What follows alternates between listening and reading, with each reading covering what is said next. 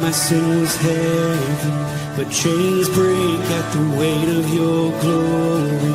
I needed shelter, I was an orphan. Now you call me citizen of heaven. When I was broken, you were my healing. Now your love is here and I'm breathing. I have a future, my eyes are open.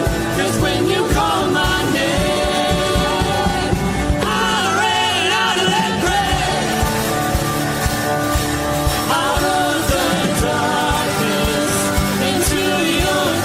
stay.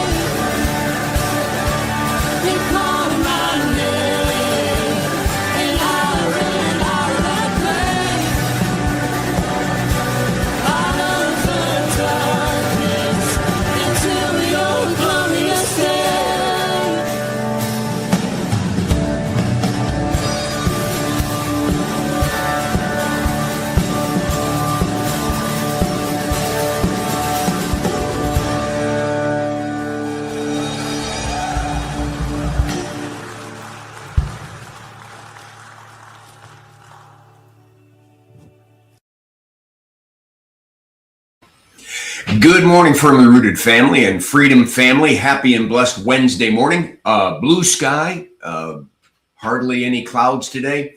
Looks like we're going to have a great day, beautiful day. Hope you're having a good morning thus far. We're looking at the book of Habakkuk, a conversation between a prophet and God. And as we've discussed, the prophet is looking at the world and saying, why is it so opposite of what it should be? Why do the just people find suffering? And why do the evil people seem to be getting away with everything? And why is right being called wrong and wrong being called right and up is down and all, you know what I mean? And God, why aren't you doing something? Like, why do they prevail and it seems like we suffer? And God is having this conversation, which is beautiful. He allows us to have them, and doesn't mind that we ask questions. But he begins to talk about the fact that it's even going to get worse because Israel's been unrepentant and Nebuchadnezzar is going to come. And then he talks about Nebuchadnezzar and declares to the prophet, I know everything about him. And he too is going to face justice. And so in the midst of this conversation, God is just declaring that I'm in control and that I am unchanging, that I am good, I'm faithful, I'm loving. And even though your eyes might be deceived in the moment, don't trust it. Got to trust me. And this is kind of the conversation we're going through. But let's say hi to a few people and we'll jump in. Ken Gooch. Good morning, fellow brothers in arms. I'm out there on X. Pat, good morning. Chris Connolly, good morning. Rick DeKaiser, good morning. Thank you for the invite. Blessed to find your devotions. Rick is actually in-house. I mean, literally in my house. My best friend from high school came to visit. Today's his last day, and he's going to be going back tomorrow, but we've had a great time. Rick, great to have you here. Bert Reggiani, good morning, gentlemen. Finally back in Michigan. All right. Terrific.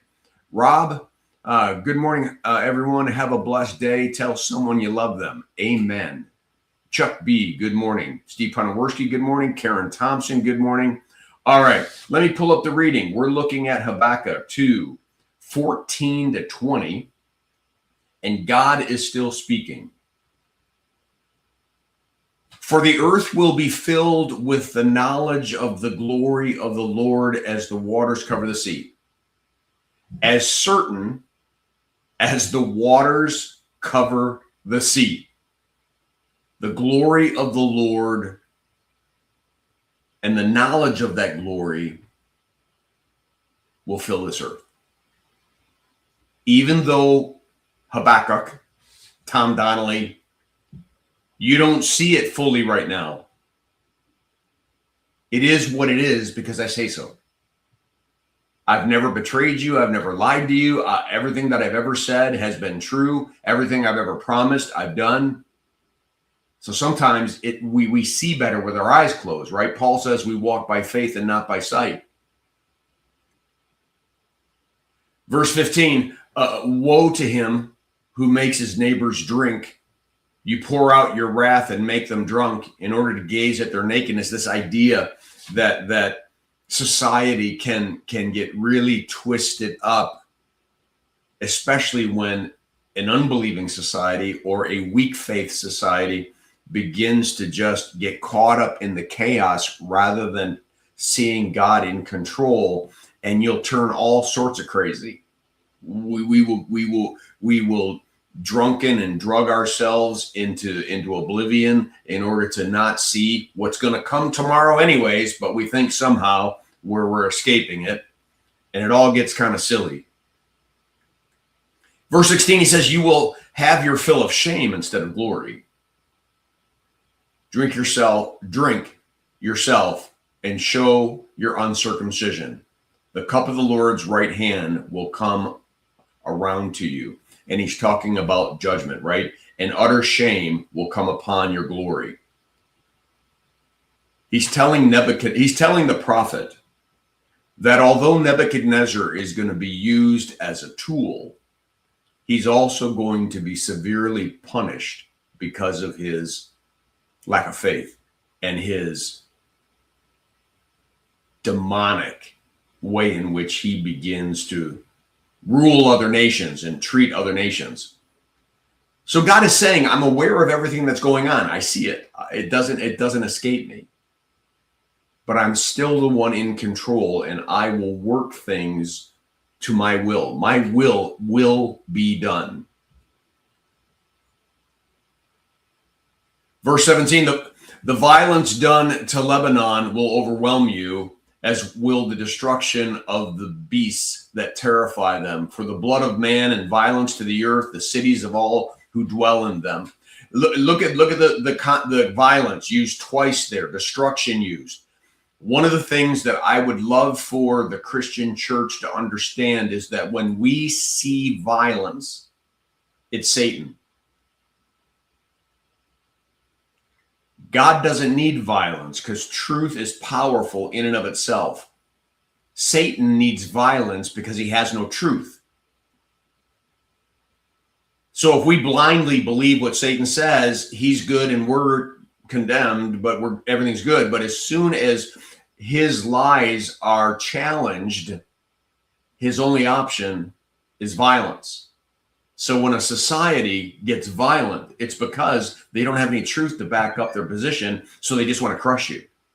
This is what happens when a society turns demonic and turns away from God. And Nebuchadnezzar is going to pay the price. Verse 18, what profit is an idol when its maker has shaped it? God says so many things in the Old Testament that are just like mic drop. What profit is an idol that someone made? We're the problem.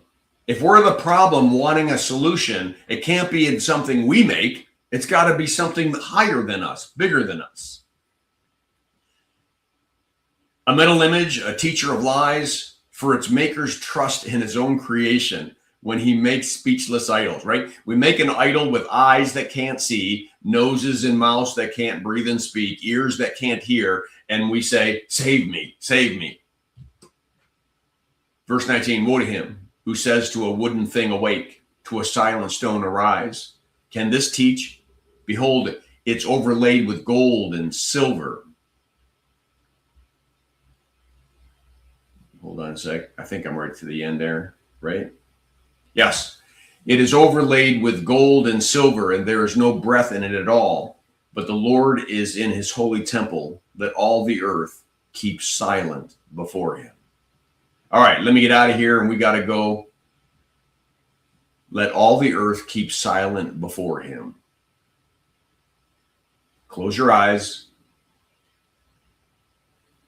Ignore the noise and the craziness of the world out there and know that you are connected to the King of Kings and the Lord of Lords, the Alpha and the Omega, the first and the last. He speaks and the earth melts. He's for you and not against you.